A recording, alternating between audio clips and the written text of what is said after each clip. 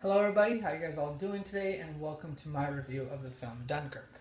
So Dunkirk is directed by the legendary director Christopher Nolan, who has directed previous films like Interstellar, Inception, Batman Begins, The Dark Knight Rises, and The Prestige. Guys, Christopher Nolan's new film Dunkirk is a riveting, harrowing, and visceral piece of work that exceeded my expectations completely.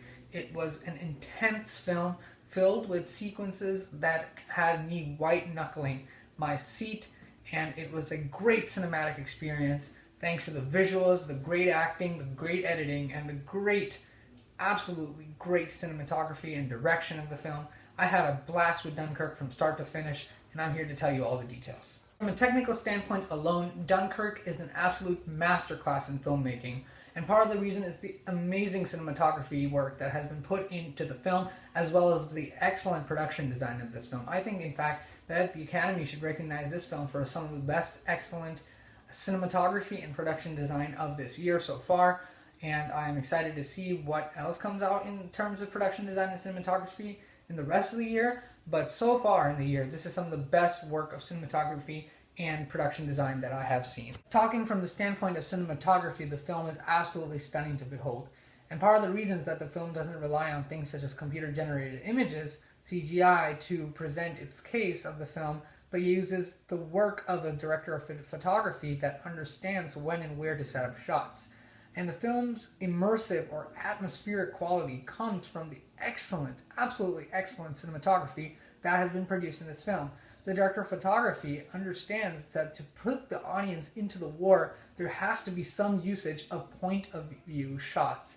Sometimes the shots in this film are from the point of view of the boat, sometimes they're from the point of view of the plane, and sometimes from the point of view of the soldiers. So you're basically completely immersed into the world of Dunkirk. Now, if you've ever seen Orson Welles' classic Citizen Kane, you know what the film was revolutionary for using what I call multi-layered shots, where two different actions were happening in the frame at the same time. So you would have perhaps a main character having some action in the front of the camera while lots of things were happening in the back and or in the rear of the shot or the back of the shot. And I feel that Christopher Nolan's Dunkirk uses a lot of the same type of shots to provide that immersive quality of war. And it was absolutely amazing and a pleasure and very refreshing to see these type of shots, especially in a war movie where the director of photography and Christopher Nolan understood that we can use wide shots and have these multi-layered shots where different types of actions were happening in the very large canvas of a frame to convey the sense that war is very multifaceted and that it's not about the main character necessarily, but it's about all the moving parts that come together to create what is war, especially in a story such as Dunkirk, where people are working together essentially to the ultimate goal, which is survival, in this case the story. And the director of photography absolutely understood that and implemented that by having these multi-layered wide shots that really contributed to the essence of the story and to the essence of a war movie in general. And I was absolutely refreshed and rejuvenated to see that kind of work of a director of photography or cinematography in the cinema again. And it was great to be able to see a director of photography who understands that the film's frame can be used as a canvas to basically show different types of actions and convey the sense of a multifaceted war. In addition, the production designers had a very, very smart eye for details in helping the film feel more grounded and immersive and basically putting you, the viewer, into the war by using practical effects such as real airplanes, real boats, and of course the film's a really big budget feature, so they had the money to put into it and they really made use of it by making props that were detailed and sets of the boats looking detailed. The costume design was really good in this film too, so that goes into production design a lot. And I think that the film's production design helped give it more of this grounded and atmospheric quality. Of course, I cannot review Dunkirk without complimenting the amazing sound design and music of the film. The music was provided and scored by Hans Zimmer, who has done several previous Christopher Nolan films, and he really outdid himself with this one. And Christopher Nolan himself did a really great job in some of the shots to coordinate some of the music with what was happening on screen. I absolutely love that about this film. In the sound design, whenever there was a bullet fired, or whether it was a tank being fired, or a plane sending out ammunition, whatever the case may be, the war felt real because of the excellently produced sound design that was multi-layered, and it felt realistic because of the sounds feeling realistic. And there was a very authentic feel to all the sounds. Nothing felt like it was cheapened. It felt like very realistic, very authentic, and very well done. Of course, no war film is complete without excellent performances, and Dunkirk is no exception. If you've seen the BFG or the Bridge of Spies, you know his name and you've seen his face, Mark Rylance. The man is an absolutely legendary actor, and he's absolutely outdone himself in this film. Completely outdone himself. He is the star of the show. Every scene that he was in, he steals the show. And I absolutely loved his performance from start to finish. He gave the film the exact groundedness that the film needed to basically entertain the viewer, as well as provide more of that immersive quality. His character as a citizen trying to help those stranded on Dunkirk, and as a citizen who really deeply cared about every British citizen, was just so well done, and the character himself was so well realized in the script that the character felt realized and realistic, and Mark Rylance did a great job of bringing that well-written character to life, and I loved Mark Rylance's performance in this film.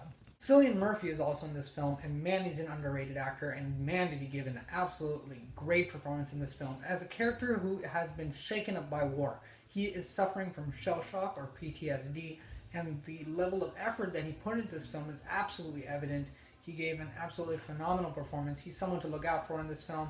His character, I think, was one of the most realistic and grounded characters in the entire film, other than Mark Rylance, of course. And I think his work in this film will also go underappreciated, as it often does. But look out for Cillian Murphy, guys, in this film. He was absolutely amazing.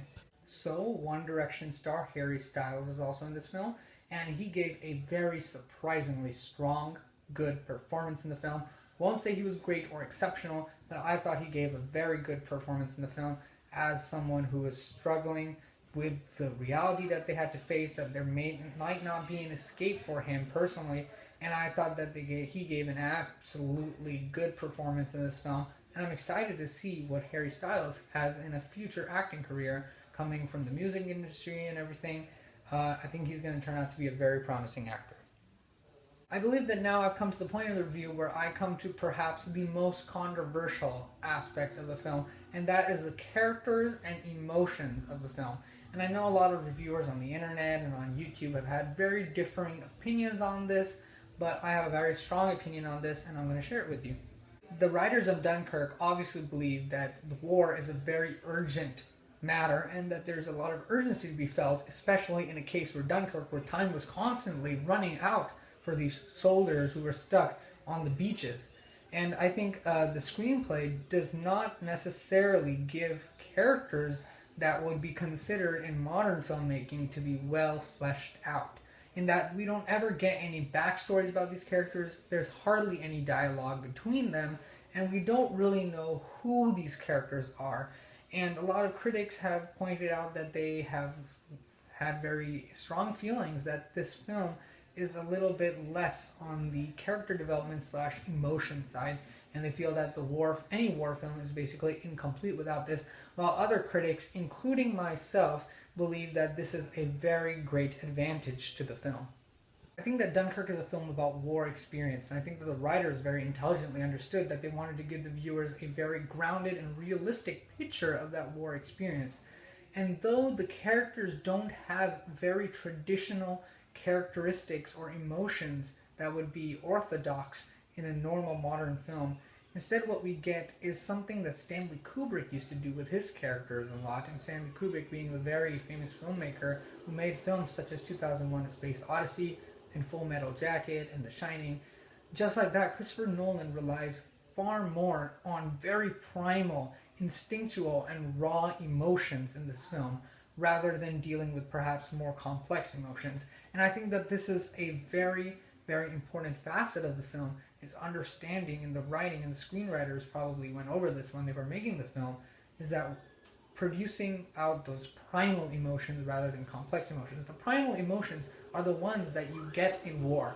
And as a viewer, I definitely resonated with those primal, instinctual emotions that the soldiers were feeling at the time, and it helped to make the film feel more grounded in reality. And I absolutely love that about the film. Now, a lot of critics or anyone in the theater might say, there's not a lot of character to these characters. I mean, there's not a lot of characteristics. There's no reason for me to root for them or feel bad for them. But I think, again, the way you're supposed to connect to these characters, and the way that I certainly connected to these characters, was realizing their instinctual and raw emotions that they were going through. Emotions such as desperation and fear are so well captured through the amazing acting, first of all, and also the well-realized characters in a way that is a little bit unorthodox to current modern filmmaking, where we have every character has a story arc that is that the viewer follows and then feels bad or empathy or whatever for the character. But here we get a lot of unorthodox emotions that are more based on, again, raw emotions, the ones that you are more likely to see in war than in real everyday life. And I think the writers did an excellent job of understanding that. Also, to address the lack of dialogue in this film, that also helped make the entire experience a lot more realistic, because you don't have much time to talk a lot during a war. And so there's definitely a lack of dialogue in this film, but that again helped to put in that groundedness into the film that was required to make a war film about the war experience. And the dialogue that is there in the film is actually very well written, and definitely very, very bold statements are made in the dialogue, and very quick decisions have to be made through that dialogue. And I think the film very intelligently understood that, and the filmmakers did an excellent job of conveying that. Coming to the editing coupled with the screenplay of the film, I think is an even more controversial aspect of the film, in that the screenplay kind of bounces the film back and forth from land and sea and air, and the editing can also feel that way, but in my opinion, it was done very well, and this kind of screenplay actually, again, helped to give that multifaceted view of the war in a very immersive sort of way.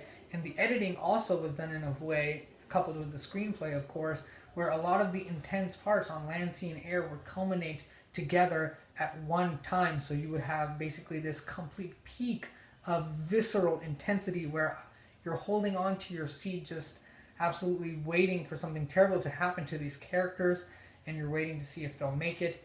And I thought it was an absolutely excellent usage of screenplay and editing, despite being an unorthodox way of having the film bounce around a lot. I think it helped to give a very immersive and visceral quality to the film, and I think even though it was a risky endeavor, I'm glad that Christopher Nolan went through with it, because I don't think if the film went from land, sea to air, that we would be able to get the complete picture of the war that Christopher Nolan was trying to give us in this film.